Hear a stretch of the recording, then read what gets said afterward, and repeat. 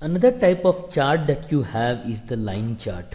Okay, note that if I have this data, let's say year and the sales, I can represent this using the bar chart or the column chart.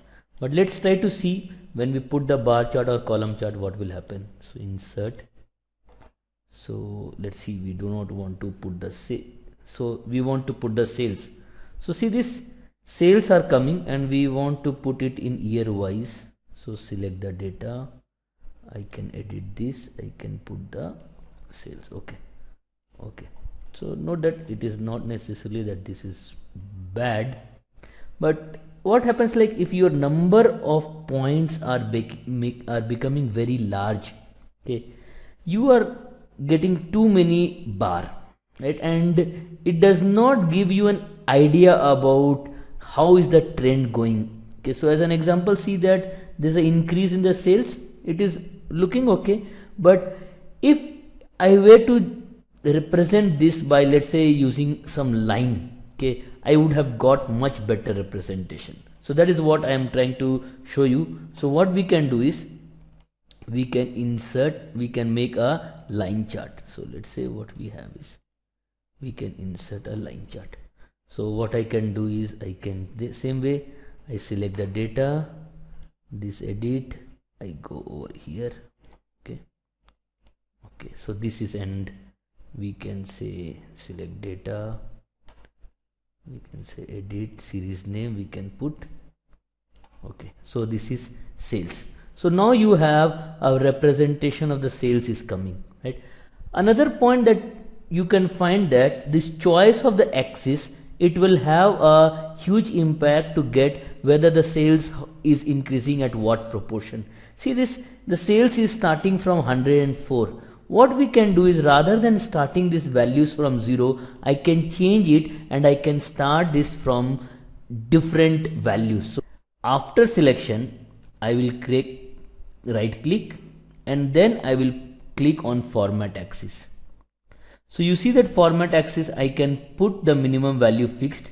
Let's say I want to put at 100, and the maximum value if I want to put at, let's say, suppose 400. I want to do it 400. Okay, and I close it. So now what I am seeing is, I am seeing much better representation over here. So this is giving me much better representation of how the sales is growing. Okay, so always you should use let's say when you want to see the trend, you should not use this type of data, you should use this type of chart. It's rather than using this chart, it is not giving you the scale at which it is growing, it is giving you much better representation, right? So you should use this type of chart. Okay, that is the line chart. Now why I say that line chart and why you should also change the axis, you can get from this data. It's a similar data, I have changed it. Okay, if I put insert, let's say I go and press insert and I press the line chart, so it is showing me the sales. I am not changing all this, right? So see this, it looks like the sales growth is kind of flatter, right? Note that if I change this axis, it will give you much better idea. So what we can do is we can format this axis, we will put this as 100, then we'll put this as, let's say, 330. Okay, and close it. See this, now this gives you much better indication about how the changes are happening, right? As there will be many points where you will find that this is quite useful. Okay, let's see another data point. Let's see this sales data. Okay, for over the years, it looks like a company is very mature. So if I create this line chart, so using this line chart, you see that the sales are increasing, but it is kind of flattening, right? So you see that flatten sales is there, but you want to understand how the sales are changing each year.